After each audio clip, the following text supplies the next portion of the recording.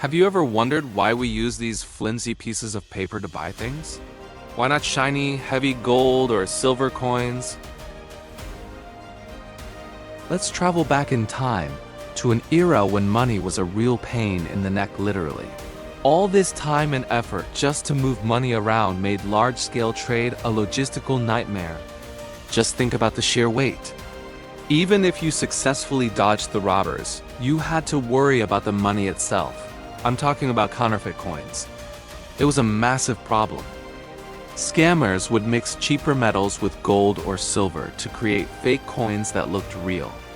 These fakes would enter the market and spread like wildfire.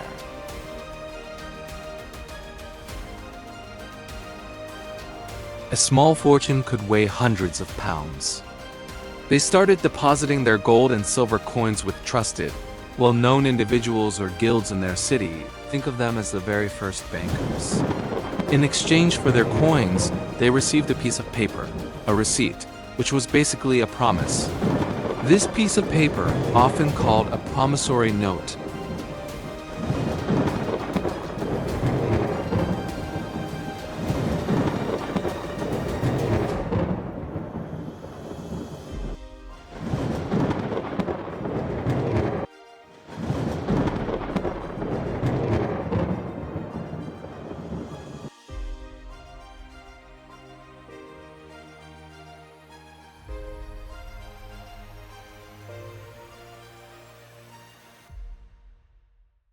Have you ever wondered why we use these flimsy pieces of paper to buy things? Why not shiny, heavy gold or silver coins? The answer is a fascinating story of inconvenience, danger, and a brilliant discovery that changed the world forever. Let's travel back in time to an era when money was a real pain in the neck, literally. Imagine being a merchant hundreds of years ago. Your wealth wasn't in a bank account.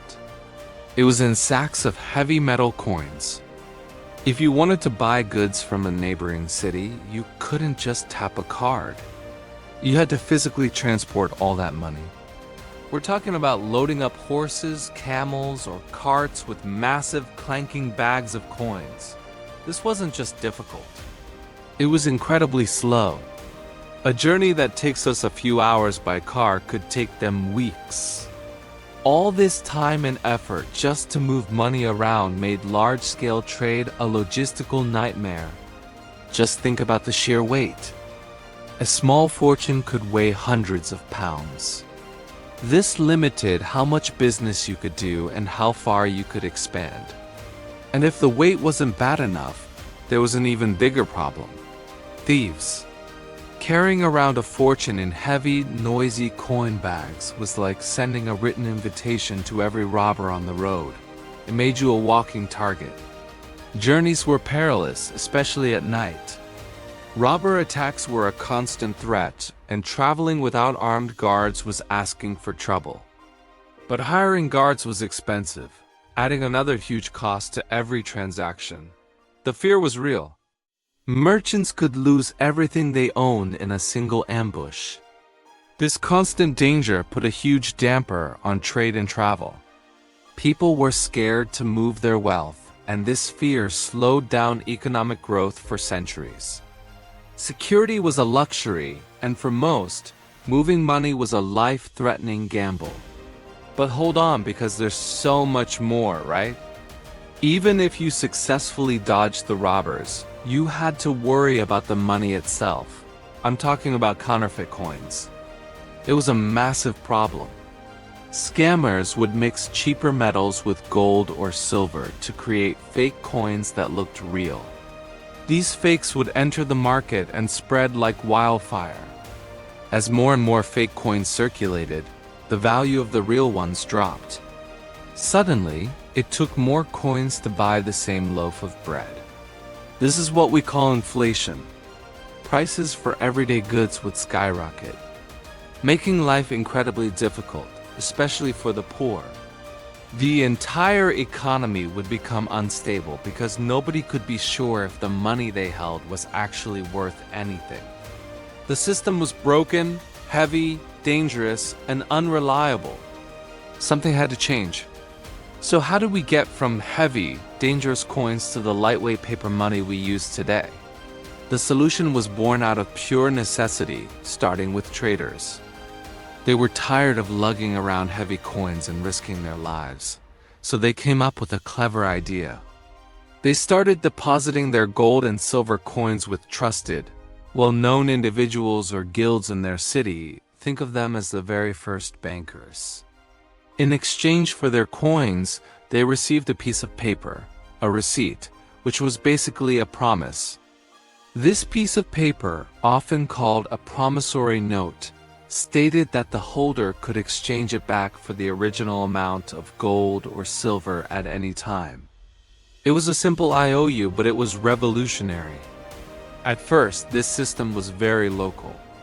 A merchant would use these paper receipts to trade within their own city's market. Instead of exchanging coins, they just exchanged the paper promises. It was so much easier. Then something amazing happened. As the reputation of these trusted bankers grew, their paper receipts started being accepted in neighboring towns and markets. A trader from one city could take his paper note to another city, and if the issuer was known and trusted there, other merchants would accept the paper as payment. Trust was the key. As this trust spread, so did the use of paper notes. It was a network effect in action. The states started noticing this trend. They saw how efficiently these private paper systems worked and realized their potential. They thought, why don't we do this on an official level? This was the game-changing moment. The state stepped in and offered its own official guarantee. It began issuing its own paper notes, backed by the gold and silver held in the royal treasury. This was the birth of official paper currency as we know it. Suddenly, you didn't need to trust an individual merchant.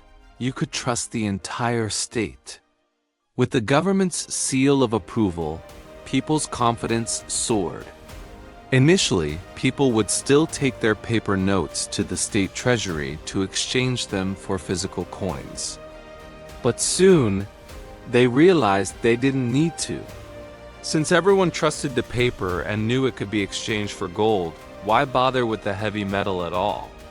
People started using the paper notes directly for all their trades. This is when the real magic happened. The risk of theft plummeted. A fortune in paper money could be hidden easily in a pocket, unlike bulky bags of coins. The huge transportation expenses for moving money vanished overnight. Trade became faster, safer, and easier than ever before. This incredible innovation first took hold in China during the Tang Dynasty, around the 7th century. Their version was brilliantly called flying money because it was so light it could practically fly compared to coins. It took a while for the idea to catch on elsewhere. Europe's first official banknotes weren't issued until much later. In Sweden in 1661, for a long time, coins and paper existed side by side. Now you might think everyone would have immediately jumped on the paper money bandwagon. But that wasn't the case. For thousands of years, wealth was something you could see, feel, and weigh. Gold and silver had intrinsic value. This new paper stuff, it felt worthless. Many people were deeply suspicious at first. They didn't trust that a piece of paper could hold the same value as a gold coin. But two powerful forces pushed them to change their minds: convenience and compulsion. First, convenience. As we discussed, coins were heavy, and the fear of theft was a constant worry.